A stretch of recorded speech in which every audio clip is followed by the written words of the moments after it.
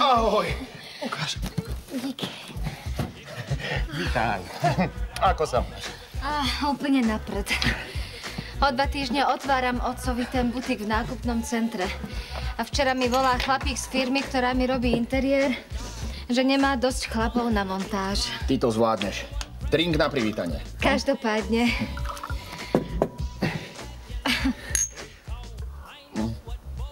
Čukla som nejakého mediáka na parkovisku. To je niekto z baráku? B.A. Milan?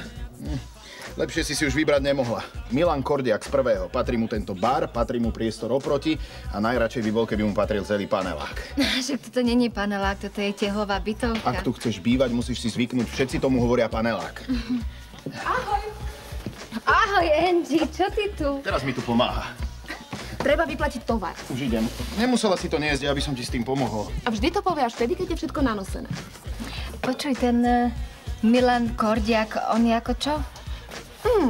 Má veľké konta vo veľkých bankách, má frajerky s veľkými kozami, veľké auto a veľkého psa. Vieš, čo to znamená? Že má malý penis.